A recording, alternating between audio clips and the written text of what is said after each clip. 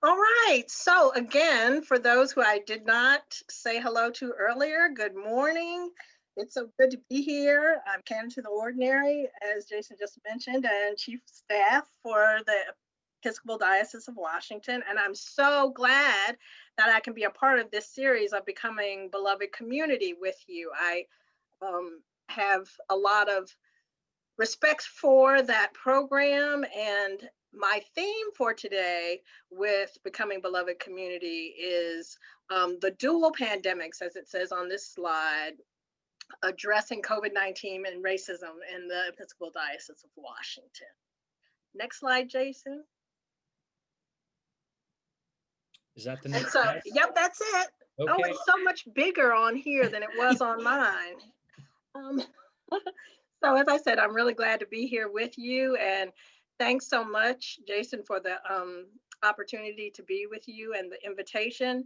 I am so glad to be able to cross the Potomac River today virtually and visit with you. And I know a bit about some of the work that you've been doing because I have been trolling your website, and your friend and mine, Sue Vaughn, has told me a little bit about the work that you all are doing, especially your wonderful outreach with your food pantry and other things. And certainly that is some of the crust of Becoming Beloved Community. So I just want to share a little bit about what your sister diocese across the river is doing in the way of addressing these two pandemics facing our diocese, our region, the nation, and indeed the world. Next slide, please. So I had to just, by way of introduction, give you a little taste of what our real kindred spirits are here. You know, we're very close, and in this DMV region, as they call it. And the Diocese of Washington indeed has many congregants who live in Northern Virginia, and I'm sure the converse is true, that you all have members in your Northern Virginia region from the Diocese of Washington who live in DC in our vicinity. So we really do share a common climate, culture, and congregants, despite the fact that we are technically in two different dioceses. Next slide, please. So this is a look at what the Episcopal Diocese of Washington looks like. And we span from the very northwest corner of Montgomery County, Maryland, with our northernmost parish being St. Anne's in Damascus, Maryland, off of 270 West, almost to 70 West. And then our southernmost parish is Trinity St. Mary's City, which is in St. Mary's County, very at the bottom, and you can see right on the water area. So for us, it would take about 3.5 hours with no traffic to travel from the northernmost part of the Diocese of Washington to the southernmost parish in our diocese. But we all know there is never a time when there's no traffic, so you could never traverse it in that time. But that is sort of the metes and bounds of the Diocese of Washington. People think with the Diocese of Washington that they just think about the city, and we're so much more than that. Next slide, please. So this is a breakdown of our diocese by our regions. And we have 8 regions in the Diocese of Washington, 3 in Montgomery County, Maryland, 3 in Washington, D.C. proper, 1 in North Prince George's County, and 1 in Southern Maryland, which also encompasses the counties of Prince George's, Charles, and St. Mary's counties. And in our diocese, sort of that central area of our diocese is where we have the most ethnically and racially diverse parishes in our diocese. And so as I'm talking about those, when I talk about multicultural parishes, most of those we find in central Montgomery County and North Prince George's County. And as we move forward in this talk about the dual pandemics, our parishes that are in those regions really are the ones most affected by these dual pandemics of COVID-19 and racism. Next slide. So borrowing from the churchwide initiative of Becoming Beloved Community, if I was not able to lift on the slides that labyrinth, but I'm sure because you all have been a part of this series and other work that you all have done in the parish, you know about the different quadrants. And I'm really focusing on the left side of the labyrinth with the two quadrants of telling the truth about church and race, asking the questions, who are we? What have we done? And left undone regarding racial justice and healing, as well as repairing the breach. And in that area of the quadrants, asking what institutions and systems are broken, how will we participate in the repair, restoration, and healing of people, institutions, and systems. And this telling the truth is really important as we dive into the issues of COVID-19 and racism. And so when Jason asked me to be with you today, discussions of the intersection of COVID-19 and racism were really in the ether. I mean, everyone was talking about it when it was in the forefront of news reports and social interaction. But that was like the end of August, beginning of September. And so more recently, people have been focusing on other issues of the pandemic, especially in this election period with our president and other high ranking officials testing positive for coronavirus. So when I first looked for current articles and information about the intersection of the coronavirus with race, everything referenced was in August or earlier. And I was so like, oh my God, this is so out of date. There's nothing I can tell them. Because August right now feels like a really long time ago, right? Even though it's fast changing context and everything, if it might feel like eons ago, it wasn't that long ago. Yet later this week, all of a sudden, discussions of race and the pandemic heated up again. And I found all kinds of really current information to share with you today. So, next slide, please. So I think it would be slide 7. Are we on slide 7? Let's see. Okay, I have it really small, so I apologize. So, first, COVID-19. Of course, the virus has no color. It's indiscriminate, and it has stricken people of all races, ethnicities, classes, creeds, and colors. However, it has disproportionately affected Black, Indigenous, people of color, BIPOC for short, and I don't know if you're used to that term, but Black, Indigenous, people of color in the US, and the numbers are not improving. Many have said that the coronavirus affects BIPOC people because they tend to have underlying risks such as diabetes, heart disease, obesity, hypertension. And while these factors may be at play, there are other factors which are greater in play, and that's where we find the intersection with racism. Then with racism, persistent racial inequities in poverty, under and unemployment, wealth, housing, and treatment in the justice system are all factors in systemic racism and are major factors in the high incidence of COVID-19 among BIPOC communities. People of color disproportionately represent service workers and gig economy workers where they get temporary transient jobs as they can and have greater exposure to the coronavirus. Both, just think about bus drivers, cleaning crews, cashiers, wait staff, home health workers, for example, have high interactions with different populations of people. And they come in contact with more people, and the more virus you're exposed to, greater the chance of you contracting the virus, and the more severe it can be. Moreover, many people of color are living in multi-generational close housing quarters where social distancing and quarantining is just about impossible. So if someone in the house gets COVID, everybody gets COVID. Of course, a disproportionate number of people of color are in the penal system or detention facilities where we know there is little to no possibility of distancing or quarantining, and access to personal protection equipment is spotty. But indeed, friends, that's just half the story. We also know that many people of color have inadequate access to health care, and there is tremendous discrimination in delivery of health services to people of color. The stories of medical professionals not believing or minimizing the symptoms of patients are legion. The folklore that Black people do not experience as much pain as white people is legendary. And when it comes to access to health testing and treatment of all types, medical professionals are less likely to provide them to people of color. From my own experience, after repeated attempts with my health providers and others, I was simply unable to get a COVID-19 test in March when exhibiting symptoms, while my white friends and colleagues were able to do so. And a professional in the field, Dr. Paula Stanford, pediatrician, surgeon, and founder of the Black Doctors COVID-19 Consortium, stated, quote, "It doesn't matter that I'm a doctor or educated or that I have good insurance. This is not about income.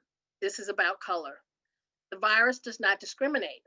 However, the people in the institutions that control whether you are tested, what resources are allocated to you, and if you are treated for coronavirus may discriminate. And it has the same deleterious effects on the African American community." Next slide, please.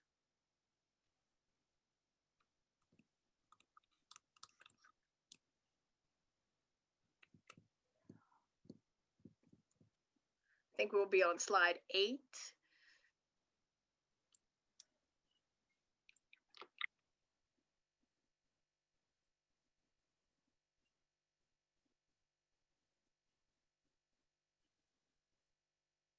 Is that the right one, Paula?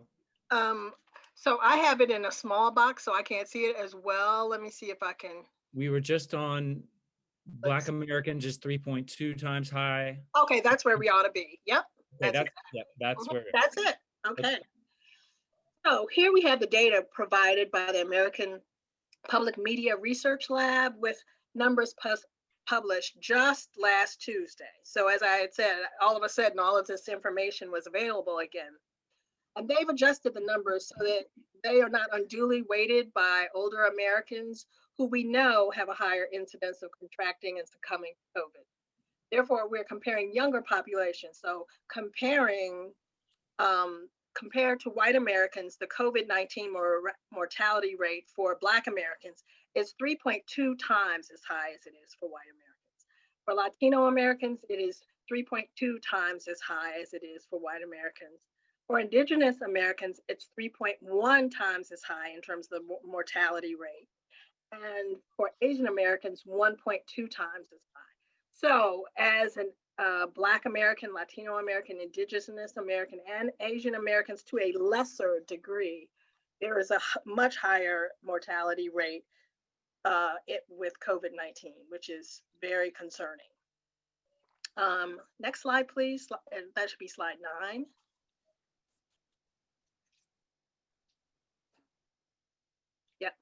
So as you can see, racial inequality can be a life or death matter.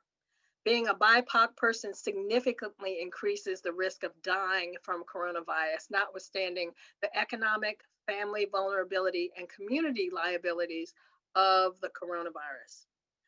And I have a quote here from Alan Berube. I'm not sure how he pronounces it, but he's from the Brookings Institution. And I got this from an article just last Tuesday. He asked, how have centuries of injustice in housing, health, and employment placed these communities squarely along the virus's destructive path? Now, that's not to say that many white persons have not succumbed to the virus. Truly, more white people have died from coronavirus than people of color because white Americans make up roughly 62% of all US citizens. And I looked at the numbers in Virginia, and white Americans in Virginia actually is right at the trending line of US population. So about 62% of the citizens of the state of Virginia are white. And indeed, I know personally about how COVID is indiscriminate. A very, very good friend of mine, a white man in his 50s, died in August from complications from the coronavirus. So I know personally the pain of those who have lost loved ones. But what I am saying, though, is that BIPOC people are at higher risk of dying from coronavirus disproportionate to their numbers in the US for reasons directly related to discrimination and over 400 years of systemic racism. Next slide, please. Slide 10, I believe that should be. That's Tampa. Yeah, okay, good. And the poor. So on the issues of the poor, overall poverty in the US has grown by 6 million people in the last 3 months. That is stunning and staggering. And the crisis is hitting minorities particularly hard, widening pre-crisis poverty gaps. According to an article, and I had quoted the wrong one, it's a New York Times article actually from last Thursday. And according to researchers at the University of Chicago, Notre Dame, Columbia University, Black and Latino people are twice as likely to be poor as white people. So this widening gap of poverty is really hitting minority groups. And we find that minority groups work in industries hardest hit by the recession, and many of them have lost jobs. So with the end of the CARES Act unemployment stipend and the one-time payments to most households, remember the stimulus checks, many people are more impoverished than they were 3 months ago. Of particular concern are BIPOC children whose parents are disproportionately affected by the recession and lost wages. So for children of undocumented laborers, the situation is absolutely dire, as their parents do not even qualify for any government assistance. Next slide, please, slide 11. So the Diocese of Washington has been very concerned about this dilemma of increased poverty, especially the food insecurity associated with poverty. And we share this concern with you, Grace Episcopal Church. I know and I've seen what you all are doing with your incredible work with food insecurity and your food pantry program. And we definitely share that in the Diocese of Washington. So we in the Diocese of Washington created a COVID-19 emergency relief fund to assist people in our pews, people in our communities, and parish food pantry and feeding programs with in our whole diocese. And what we did was we had our bishop's appeal redirected to a special COVID-19 emergency relief fund in April of this year. Now, as I mentioned earlier, I was talking about our multicultural parishes, and over a third of our Diocese of Washington parishes are multicultural. And usually the threshold of multiculturalism are persons are like 20% in a parish who are ethnically or racially diverse from the minority population. But we have a threshold actually of like a third, 33% of our congregations being of different ethnicities and racial groups would be multicultural. And even at that threshold, which is more than the national standard, over a third of our parishes in the Diocese of Washington are multicultural and pretty much reside right in the center of our diocese.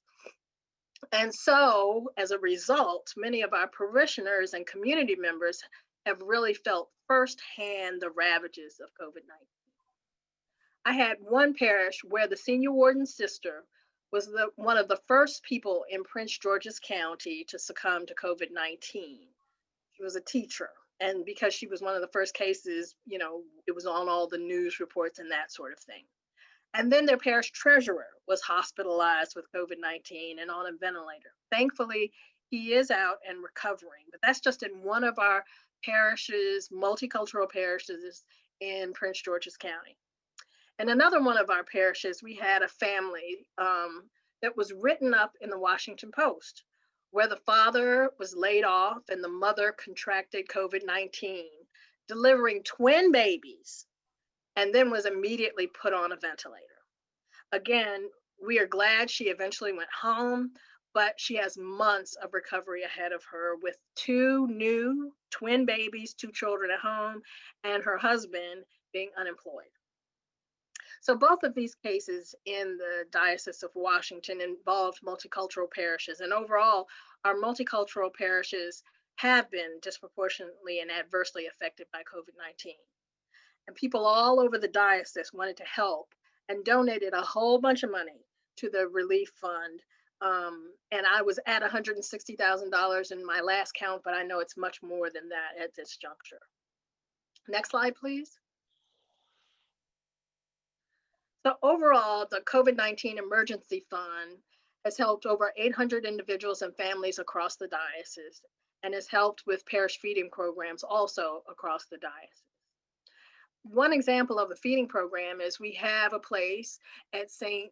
Margaret's in DC near DuPont Circle in downtown DC called Charlie's Place. And Charlie's Place is not just a feeding program for breakfast, but it's an overall assistance program with health and hygiene services as well as job readiness support.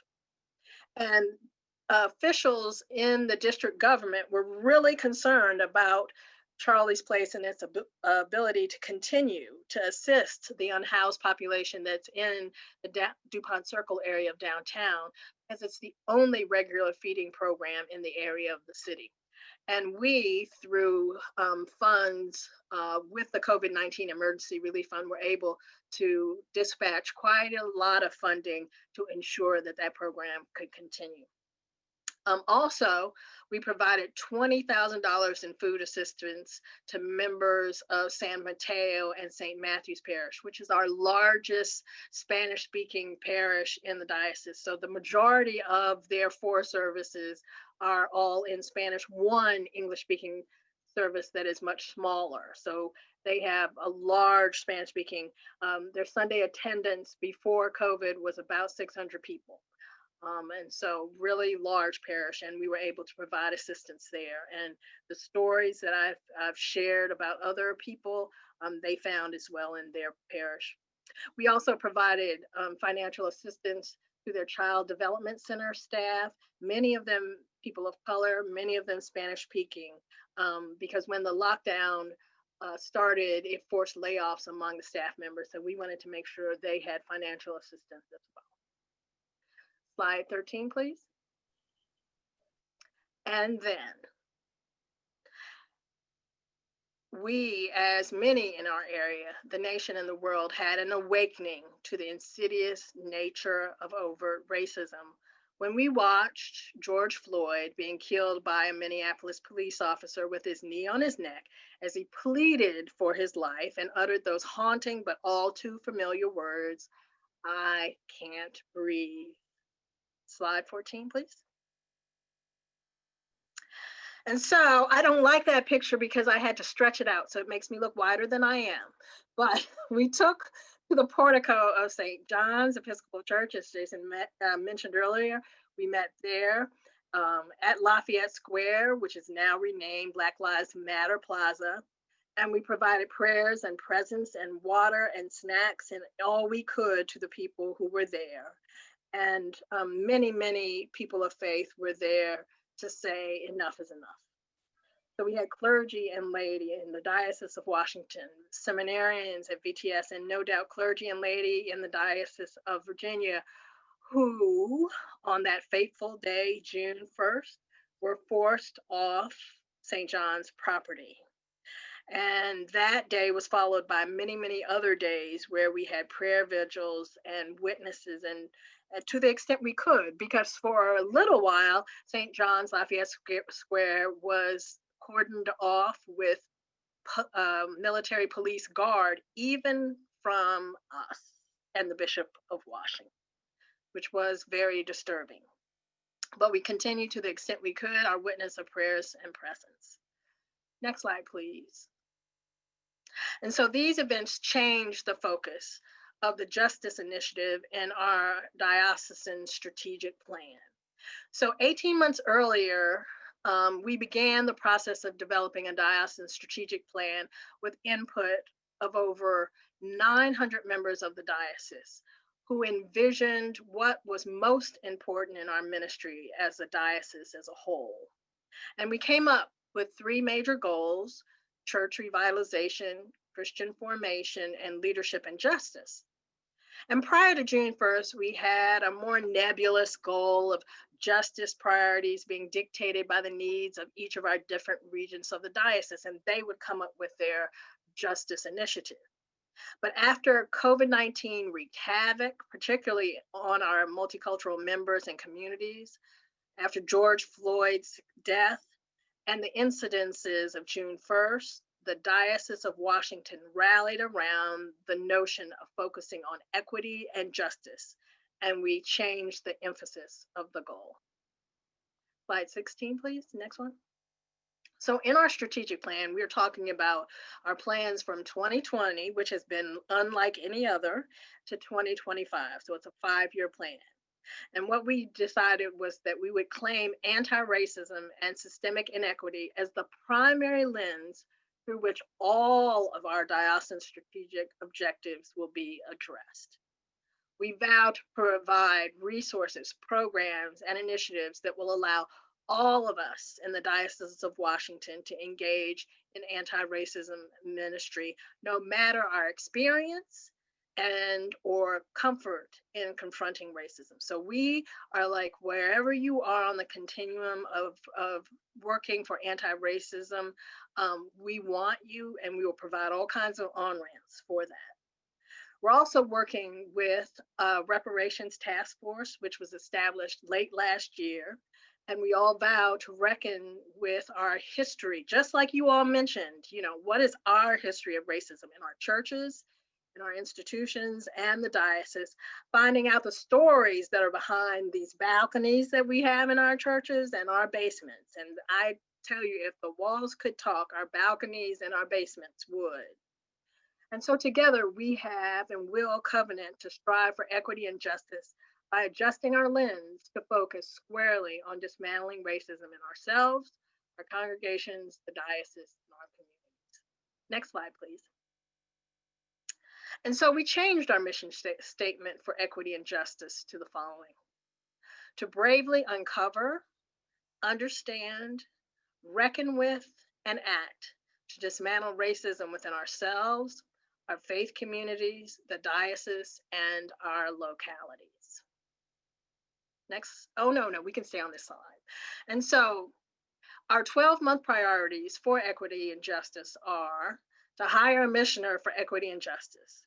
So our missioner for justice and advocacy, which was the title before, got his dream job in July, which was very unfortunate in terms of timing, as we were right in the midst of so much at that time, but we gave him our blessing. But what happened is that I inherited the work of equity and justice for our strategic plan, along with being Canon to the Ordinary, which is a little bit more than my portfolio can actually handle. And so we are in the midst of hiring, doing interviews, et cetera, for our missioner for equity and justice. We're also developing and disseminating a diocesan anti-racism covenant for everyone to sign.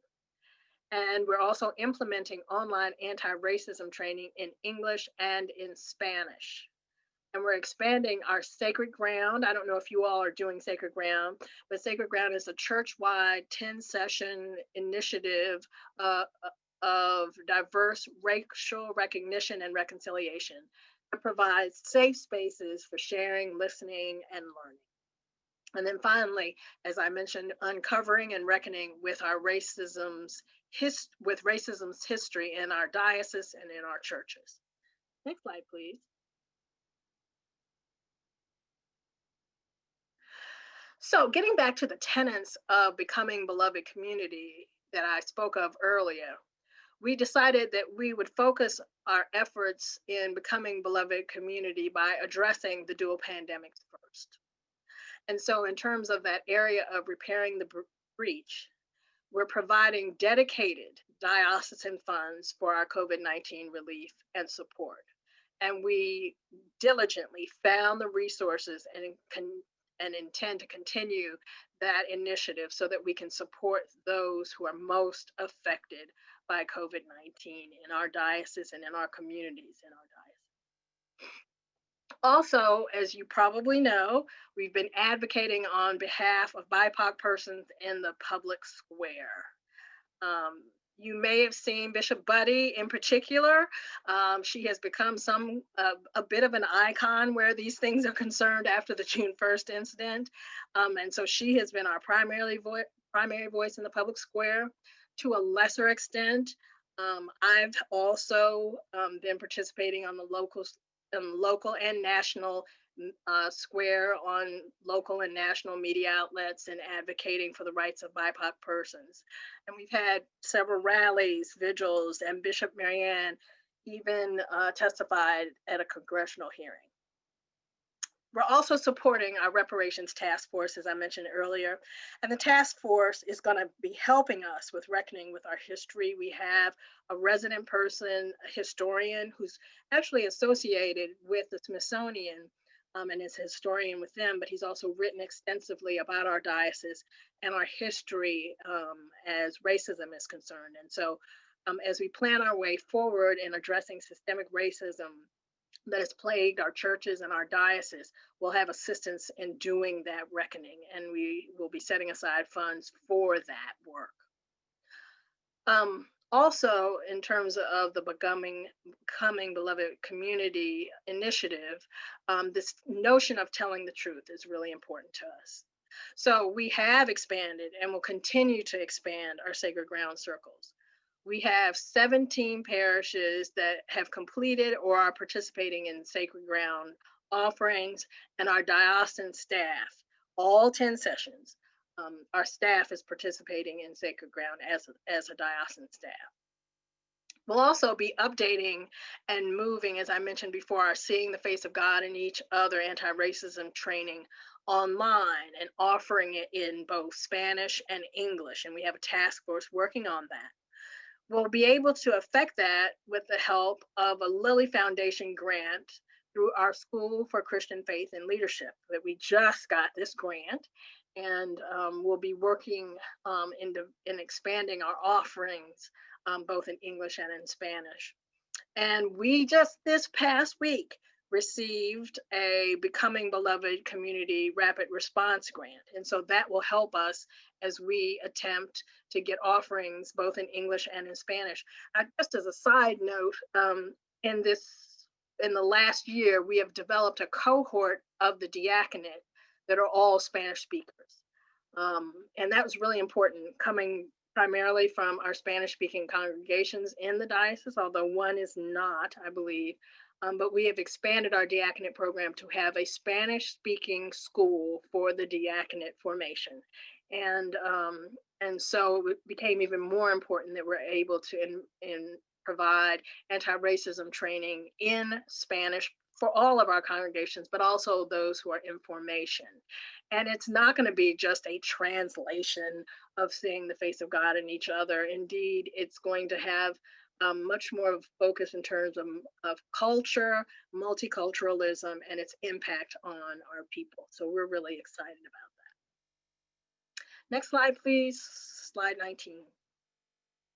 So that's basically what we've been doing in the Diocese of Washington in terms of addressing the dual pandemics of COVID-19 and racism.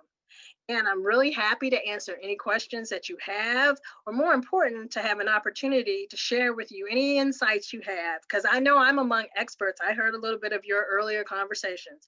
And so I'm sure that you have a lot to share with me, and I'd love to hear more from you about you and your experience.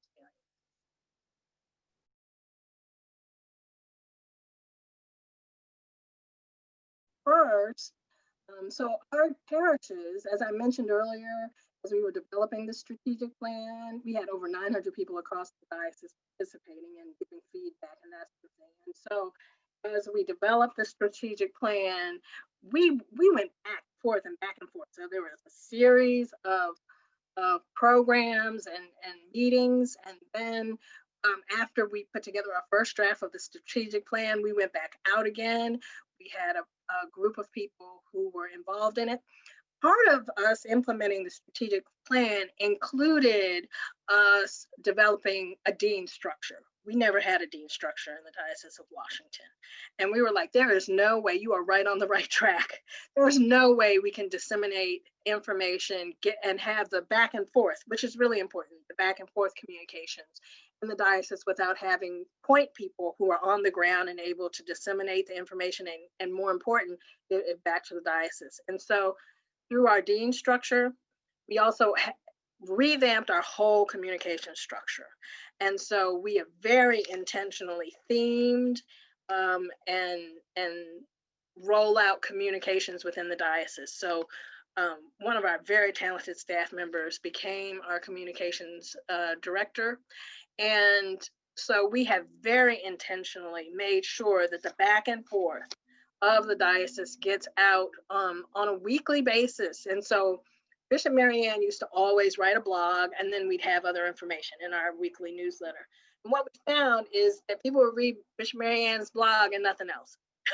Or, they would bypass Bishop Marianne's blog and find the thing that they were interested in terms of events for the diocese. And so by focusing our communications effort, we have a week where it's Bishop Marianne's blog, which will be themed.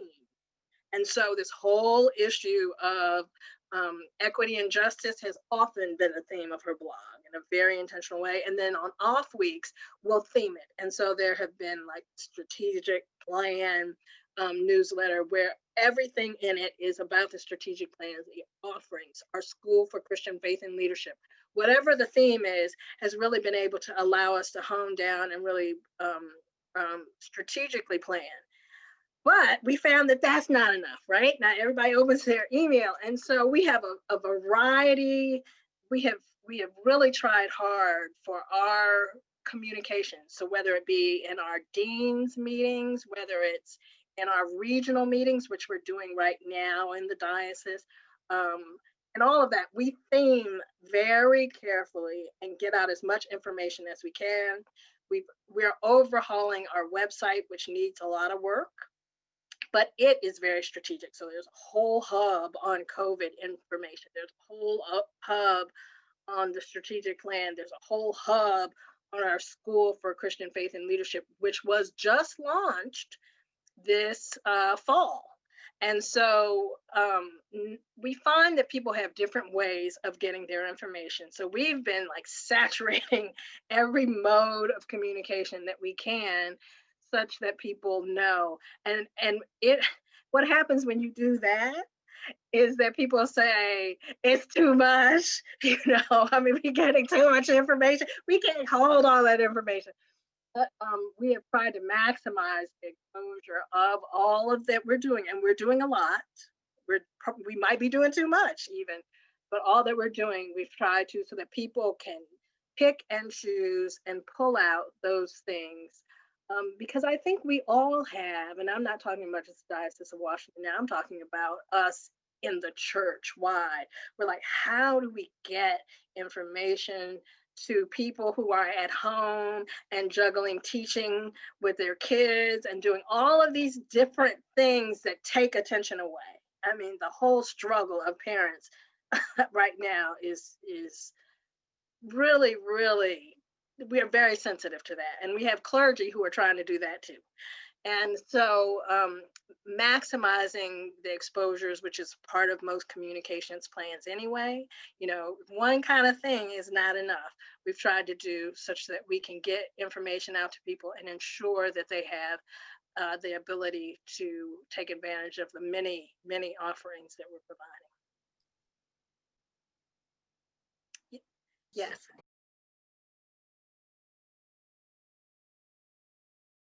Much for that. I really appreciate it. I cannot take credit for that solely. We had more sanitized language at the beginning, honestly. And our standing committee called us on it and was like, yeah, that's nice. But we got to have stronger language here. And so, like anything in the Episcopal Church, it goes through about 20 iterations, right? It really did. And so our standing committee said, we want direct language. And we don't want sugarcoating, because that's the only way we can deal with it authentically.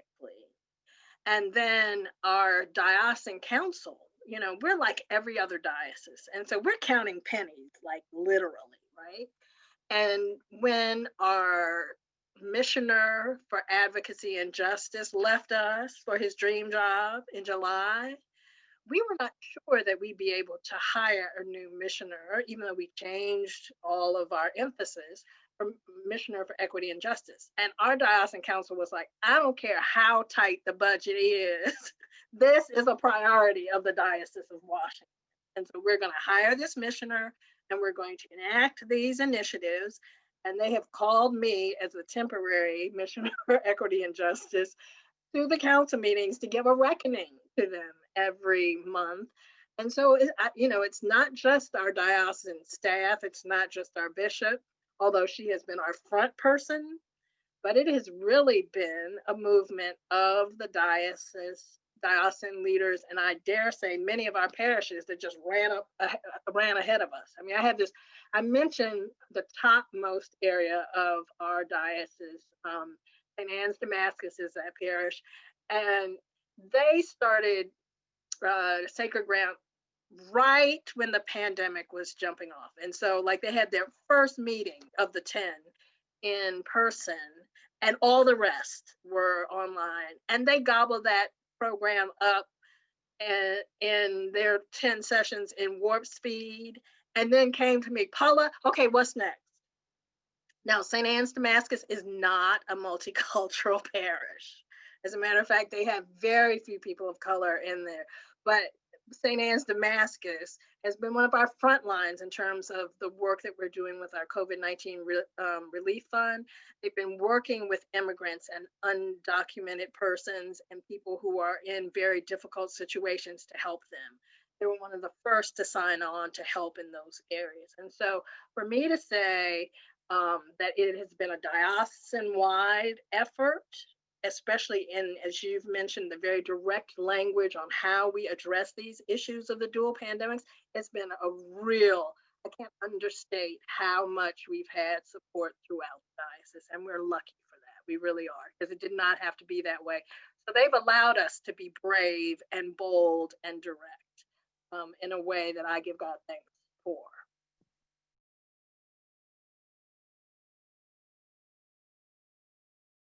So the Diocese of Virginia has several sacred ground circles going as well. As a matter of fact, we're borrowing one of your facilitators from the Diocese of Virginia to help in a sacred ground circle that we have going on now. And so let me say just a bit about Sacred Ground. So Sacred Ground, of course, church-wide, sponsored from the National Church, 10 session program that provides safe spaces for grace to talk about racial and equity issues and the historical context that we have in our area. And it was initiated by Katrina Brown, who had done Traces of the Trade. And it is not focused necessarily on people of color, but on white people to have safe spaces to do this work. And so, oh, good, you have several people training for Sacred Ground now. That's awesome. So the Diocese of Virginia is very much involved in this work. In addition, the Diocese of Virginia in the past has had some racial reconciliation conversations throughout the diocese. And some of my friends in the Diocese of Virginia, and I have many, were involved in those conversations. And some of the expertise in terms of racial reconciliation work, some of the parishes in Richmond, I understand we're doing some in-depth work in terms of their Confederate monuments and that sort of thing. And one of the consultants that was used, I think it was at St. Paul's in Richmond, we have stolen now because he is resident in the Diocese of Washington and is assisting us as we're putting together. But you've had conversations throughout. And I'm so glad that many of your people are being trained as facilitators for Sacred Ground, because just since the pandemic, there have been, and this statistic is like a month and a half old, but there were 800 Sacred Ground circles happening throughout the church. It's exploding. And so the Diocese of Virginia is not behind the curve on that. You have been working, and it's a matter of, and I once went on your hub on your site that had all of these resources for racial reconciliation conversations. I mean, like I was talking a minute ago, sometimes there's too much, y'all had a lot, Okay, so over 1,200 now, exactly. So that a couple months ago was 800, and it's even more now. So the Diocese of Virginia is there, active, working, doing the work, as you all talked about earlier, of reckoning what is your past. And so I'm excited church-wide. It's not just the Diocese of Washington, but I think we have much to share between dioceses. So as I said at the beginning of our talk, we're sister dioceses. We really are. I mean, we are divided by a river, but that's about it. And so there's a lot of exchange going on between us. And we've been there for each other, and will continue to do so, because it is in these partnerships that we gain more strength. And so I'm really excited about the opportunities for us church-wide to expand this work of racial reconciliation. I can't emphasize equity enough, because some of what we're talking about in terms of access to things is an equity issue. And unfortunately, I mean, we talk about the racial implications of things, but the poor in the US, which are all different races and ethnicities and background, are worse off. Let's be clear, 600 million people are worse off than they were 3 months ago. And that is daunting. And so this issue of equity of resources and the ability for people to be able to live in a way that they can provide for their families, and not, I mean, we haven't talked at all about creation care, but creation care is a justice issue. So poor people live in areas where they don't have access to clean water. We talked about asthma with Tracy, that are involved in areas that have undue pollution and other things, that live next to toxic areas. All of those things are equity issues, and so that intersection between our racial divides can't be understated. So when we're talking about the very history of our nation, some Ibram Kendi talks about the twins of capitalism and racism, right? Because there weren't just BIPOC people affected by of some of those structures. They were, landowners ruled the day and had the political power and the vote and everything else, and poor people did not. And so when we talk about equity, we have to interlock our issues of racial justice with equity, because there are a lot of poor people of all types and stripes who are adversely affected by some of our structures. The issue of racism and racial reconciliation is not just for people of color, does not benefit people of color. What we have found is that persons who have more facility in interacting with a wide swath of persons from different cultures and different ethnicities are better able to negotiate and work on the world stage, and quite frankly, in their localities. So I have had people say to me, well, Paula, we don't have very many African Americans or persons of other ethnicities in our town. And, our town is 96% white. And I say, yes, that is true today, because it won't be in the years to come. And so all of our facility to be able to work with diverse persons will enable all of us to be able to really interact successfully and not divisively in the future that is inevitable, right? The future that is promised to us, especially given birth trends among persons in our country. The birth trends are quite flat among white persons and African Americans, surprisingly. The higher birth trends are among people of Latinx persons. And so while we might not be that ethnically diverse today, the number, when the number of quote unquote minorities exceeds the majority, keeps on trickling down. So it used to be 2050. Last I saw was like 2042, and it might be lower than that now. And so all of our abilities to work with a diverse group of persons are benefited by the ability to work together. And so I personally am very concerned about how stratified we've become. I'm busy reading Isabel Wilkerson's Cast, which is amazing. I do recommend it. But so I'm excited about these conversations and our ability, because all of those issues we were just talking about are all interrelated and affect all of us when all is said and done.